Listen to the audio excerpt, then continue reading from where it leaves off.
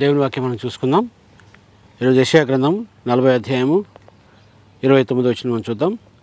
సొమ్మసిల్లిన వారికి బలంనిచ్చేవాడు ఆయనే, శక్తిహీనులకు బలాభివృద్ధిని కలుగు చేయవాడు ఆయనే. ఇక్కడ దేవుని వాక్యం తెలియజేస్తుందంటే సొమ్మసిల్లిన వారికి బలంనిచ్చేవాడు ఆయనే, శక్తిహీనులకు ఆయన మరి బలాభివృద్ధిని కలుగు చేయవాడు ఆయనే. ఎందుకంటే దేవుడు మనకి ఆధారమైనాడు కాబట్టి బలహీనమైన వారికి, సమస్యలైన వారికి వాళ్ళ పరిస్థితిని బట్టి, వాళ్ళ స్థితిని బట్టి, వాళ్ళకున్న ప్రతిభ దాన్ని బట్టి ఒకవేళ కనుక వాళ్ళు బలహీన పడితే, ఒకవేళ సమస్యలు ఉన్నట్లయితే వాళ్ళ జీవితంలో ఉన్న పరిస్థితిని బట్టి ఒకవేళ సమస్యలు ఉంటే దేవుడు తప్పకుండా అటువంటి వారికి బలమును కలుగజేస్తూ ఉన్నాడు. సమస్యల వారికి బలంనిచ్చేవాడు ఆయనే బలం ఇస్తాడు, శక్తిని ఇస్తాడు, మనకు కావాల్సినటువంటి బలం ఇచ్చి మనల్ని ముందుకు తీసుకెళ్తారు. కాబట్టి అందుకే అంటున్నాడు, సమస్యల వారికి బలం ఇచ్చేవాడు ఆయనే, శక్తిహీనులకు బలాభివృద్ధి కలుగు చేయవాడు ఆయనే. అందుకని శక్తిహీనులకు మరి బలాభివృద్ధిని కలుగు చేయవాడు ఆయనే. అందుకని మన జీవితంలో చూసినట్లయితే ఆయన మరి ఆ దేవుని యొక్క గుణములను ఆలోచించినట్లయితే ఎంత గొప్ప గుణం అంటే ఆయన మరి ఎటువంటి వారిని విడిచిపెట్టే దేవుడు కాదు. ఆయన ప్రతి ఒక్కరిని కూడా పైకి లేవనెత్తే దేవుడు ఆయన. కాబట్టి మరొకసారి దేవుని యొక్క గుణములను ఆలోచించినట్లయితే నిజంగా మనం దేవుని నమ్మకించితే తప్పకుండా మనం ఒకవేళ బలహీనమైనా సరే దేవుడు మన పైకి లేవనెత్తాడు, మన బలంతో నింపుతాడు, మన తన శక్తితో నింపి మనల్ని కూడా మరి మంచి స్థితిలోకి దేవుడు మనం తీసుకురావడానికి ఎప్పుడు కూడా సహాయం చేస్తాడు. కాబట్టి దేవుని యొక్క సహాయం కొరకు మనం ఎదురు చూడాలి. దేవుని యొక్క సహాయం మనం దొరికినట్లయితే తప్పకుండా మన జీవితంలో కార్యం జరుగుతుందని దేవుడి వాక్యం తెలియజేస్తుంది. అందుకు గుర్తుపెట్టుకుని దేవుడు ఎప్పుడు కూడా మనకు బలం ఇచ్చే దేవుడు ఆయన ఎప్పుడు కూడా మనకి బలం ఇచ్చే దేవుడు. అందుకే ఆయన అంటున్నాడు, సమస్యల వారికి బలం ఇచ్చేవాడు ఆయనే, శక్తిహీనులకు బలాభివృద్ధి కలుగు చేయవాడు ఆయనే. కాబట్టి మరొకసారి ఆయన బలమును మరొకసారి జ్ఞాపకం చేసుకోవాలి.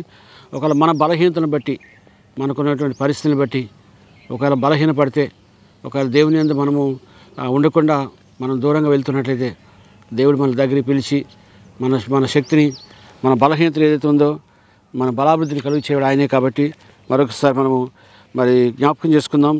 మన జీవితంలో మన యొక్క మరి పరిస్థితులన్నింటినీ మనం జ్ఞాపకం చేసుకుంటే తప్పకుండా దేవుడు మన జీవితంలో కార్యం జరిగిస్తానని దేవుని వాక్యం తెలియజేస్తుందండి. ఒకవేళ కనుక మన బలం మీద వెళ్ళినట్లయితే నాకు బలం అవసరం లేదు, నాకు చాలా బలం ఉంది, లేదా నేను చాలా శక్తివంతుని, నాకు అన్నీ తెలుసు అని ఒకవేళ మనం వెళ్తే మనం ఎక్కడ కింద పడిపోయే అవకాశం ఉంది. కాబట్టి మరొకసారి if you go fourth in our strength we shall faint, మనం కింద పడిపోయే అవకాశం ఉంది. కాబట్టి అంత మాత్రం కాదు, కానీ మనము మన హృదయంలో కూడా మన నమ్మకములు అన్నీ కూడా కరిగిపోతాయి. ఎందుకంటే వాటి వల్ల మన బలం మీద, మన శక్తి మీద అవన్నీ పనిచేయండి. దేవుని మీద ఆధారపడితేనే మన ఆధారపడుతుంది. కాబట్టి మన దేవుని మీద మనం ఆధారపడడం అనేది చాలా ప్రాముఖ్యమైనది. సో 2 కొరింథీ రాసిన పత్రిక 12వ అధ్యాయము 9వ వచనం చూస్తే, అందుకు నా కృప నీకు చాలును, బలహీనత యందు నా శక్తి పరిపూర్ణమవుతున్నది. నీ బలహీనతలు అన్నింటిలో కూడా దేవుడి శక్తి నీకు పరిపూర్ణ అవుతున్నట్టుగా, దేవుని బలం మనకు సరిపోద్ది అన్నట్టుగా దేవుని వాక్యం తెలియజేస్తుందంట. నా కృప నీకు చాలు అంటే నా పరిస్థితిలో, మన ప్రతి పరిస్థితిలో కూడా దేవుని కృప మనకు చాలు. ఆయన కృప ఉంటే చాలండి. మనం జీవితంలో ఎక్కడి నుంచి మొదలుకుంది, మనం ప్రయాణం మొదలుపెట్టింది చివరి వరకు కూడా దేవుడు మన కృప చూపిస్తాడు. మనకున్నటువంటి గొప్ప సంగతి ఏంటంటే దేవుని కృప మన మీద ఉంటుంది. ఎప్పుడు కూడా దేవుని ఆలోచన మన మీద ఉంటుంది, దేవుని ఉద్దేశాలు మన మీద ఉంటాయి. కాబట్టి బలహీనులకు ఆయన బలం ఇచ్చే దేవుడు ఆయన. ఒకవేళ మనం ఇక్కడ లోకంలోని పరిస్థితులు బట్టి, ఒకవేళ మనం బలహీన పడితే, ఒకవేళ సమస్యలు ఉన్నట్లయితే దేవుడు మనకు బలం ఇస్తాడు. అయితే దేవుడు మనకు ఎలా చేస్తాడంటే, నా కృప నీకు చాలు అంటున్నాడు. దేవుని కృప మనకు చాలు, ఆయన కృప ఉంటే చాలండి, అన్నీ మన జీవితంలో జరుగుతాయి. అందుకే మనం దేవుని కృప మీద ఆధారపడదాం. అందుకే అన్నాడు, నా కృప నీకు చాలును, బలహీనత యందు వాటిని పరిపూర్ణ అవుతుంది. నీ బలహీనతలన్నింటిలో కూడా ఆ కృప నీకు చాలని చెప్తుంది. ఆయన దేవుని కృప ఏదైతే ఉందో నీ జీవితం తప్పకుండా మన కార్యం జరుగుతుందని దేవుని వాక్యం తెలియజేస్తుందండి. అందుకే మరొకసారి మనం నమ్ముదాం. దేవుని వాక్యం చూసినట్లయితే సమస్యల వారికి బలం ఇచ్చేవాడు ఆయనే, అంతమాత్రం కాదని శక్తిహీనులకు బలాభివృద్ధిని కలుగు చేయవాడు ఆయనే. కాబట్టి మరొకసారి దేవుని మీద ఆధారపడదాం. దేవుని కృప మనకు చాలని, దేవుని కృప మనతో ఉంటే అన్నీ మన జీవితంలో అనుకున్నవన్నీ జరుగుతాయని మరొకసారి విశ్వాసంతో నమ్ముదాం. ఈ వారమంతా కూడా దేవుడు మనతో ఉండి, ఒకవేళ మనందరం కూడా ఈ యొక్క పరిస్థితుల్లో ఒకవేళ బలహీన పడితే, ఏ పరిస్థితి అయినా, ఒకవేళ మన జీవితంలో జరిగే పరిస్థితి ఏదైనా సరే, ఒకవేళ మనం బలహీన పడితే, ఒకవేళ మన సమస్యలు ఉన్నట్లయితే దేవుడు మనల్ని బలాభివృద్ధిని కలుగు చేయగలుగుతాడు. దేవుడు మన లేపనెత్తగలుగుతాడు. దేవుడు మనకు కృపనివ్వగలుగుతాడు. ఆయన కృప మనకు సరిపోతుందని ఆ నమ్మకంతో, విశ్వాసంతో మనం ముందుకెళ్తే తప్పకుండా దేవుని యొక్క ఆశీర్వాదాలు మనం ముందుకెళ్ళడానికి అవకాశం ఉందండి.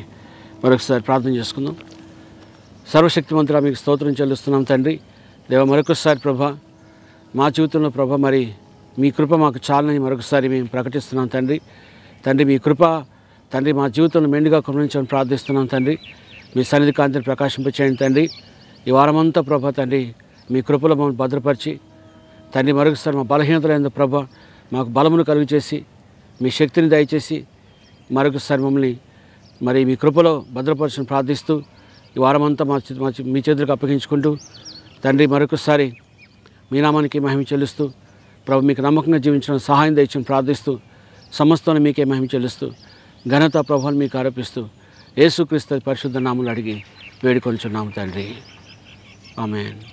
God bless you all.